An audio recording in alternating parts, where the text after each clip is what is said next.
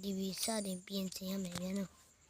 တို့ CCTV ကောင်းမှုအတွက်တို့လေလာကူးရမှာ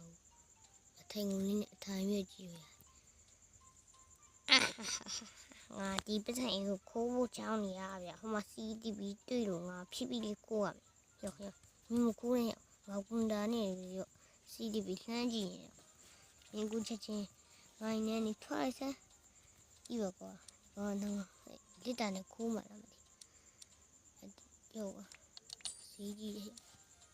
လက်တံနဲ့ခိုးမှလားမသိတော့အိုးမကိုလက်တံနဲ့မခိုးနဲ့ရောက်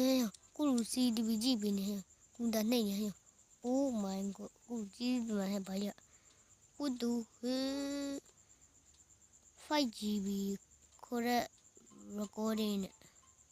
recording ကပ်ပြီးနေရဲ့ခက်ခဏခဏနေဘလို့ခဏနေကျွန်တော်ဖုန်းကတွတ်တင်းတာ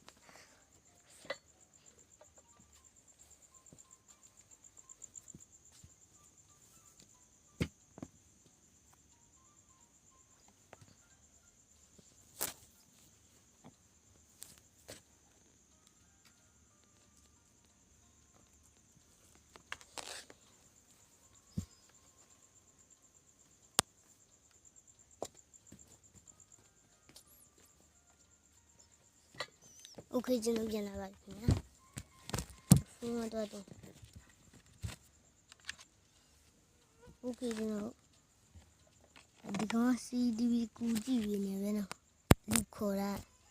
မိုက်ဒါဆိုမိုက်တော့ဗျာမိုက်တော့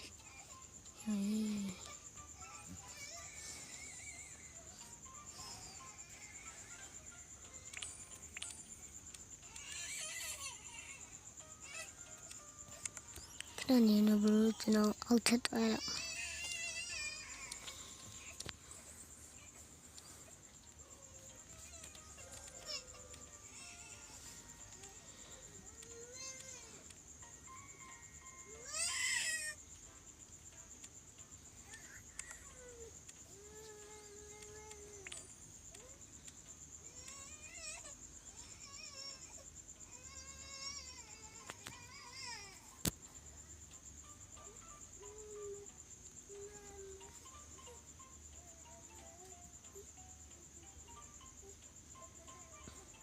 ငါဦးမကြည့်မိ